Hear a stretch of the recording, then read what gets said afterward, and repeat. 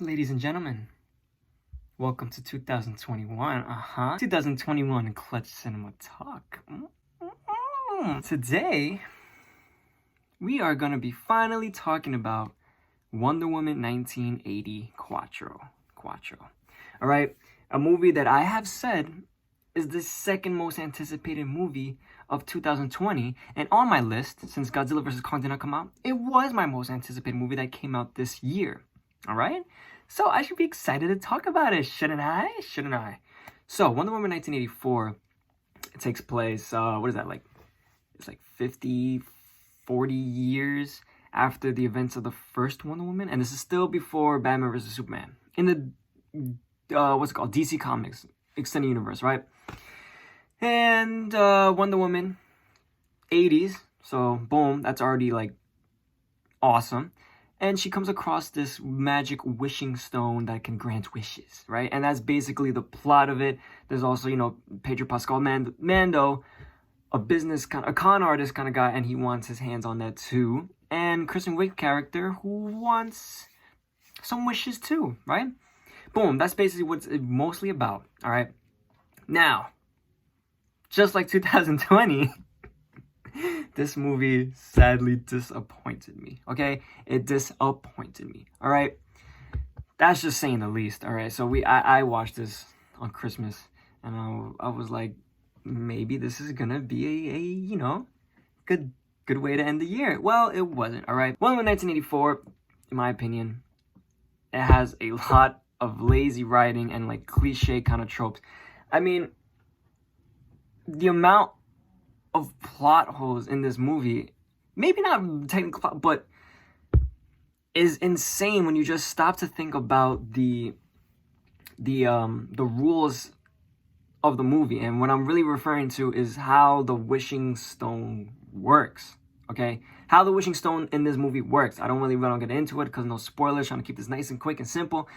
But if you literally think about it for 2 seconds, everything falls apart, okay? And there's so many, oh my god, it like watching the movie, I was coming up with different things. I'm like, wait, how does this work? And why can't they do this? And that shouldn't be able to do this, but what if, like, that's literally the whole movie about this, all right? A bunch of stuff like that applies. Another thing, along with the cliche tropes, the character development in this is non-existent, all right? There's no non-existent. There's a lot of cliche little tropes. I mean, how many times have we seen in a movie the old, taking off the glasses makes somebody hot, huh? How many times have we seen that, all right? You think we would get past that by the time 2020, but no, we're using those one more time, and you should expect to see them more. So a lot of cliche kind of stuff like that. It's just, come on, man. I thought we were past all that kind of stuff. This isn't, some lazy kind of thing. But anyway, this movie, it had did it have the potential? I mean, it wasn't like an 80s movie. So, already people were like, ooh, 80s. I love the 80s. I wish I was in the 80s again. So I'm going to go watch this. And that's kind of what it was. Yeah, so if I had to, rank this amongst the other DC movies, I would put it on the bottom half. Ooh, burn, Casey. Really? You really think that? Yeah, I mean, this movie was just wasn't that good. The first one was superiorly better. If that's a word. Superiorly. Better than this Wonder Woman. Listen, DC, I just hope things get better. I just hope things get better. What you're giving me, I'm not really, I'm not really taking it. All right. Another thing, like the whole cheetah CG by the end is meh. The whole fact of how she becomes cheetah, that's another thing in itself. Apart with the lazy writing, it was just a lot of lazy writing. And the foreshadowing for Cheetah is like down your throat, okay? It was actually annoying. Like, they put... Whatever, all right? I don't even want to talk about this movie anymore.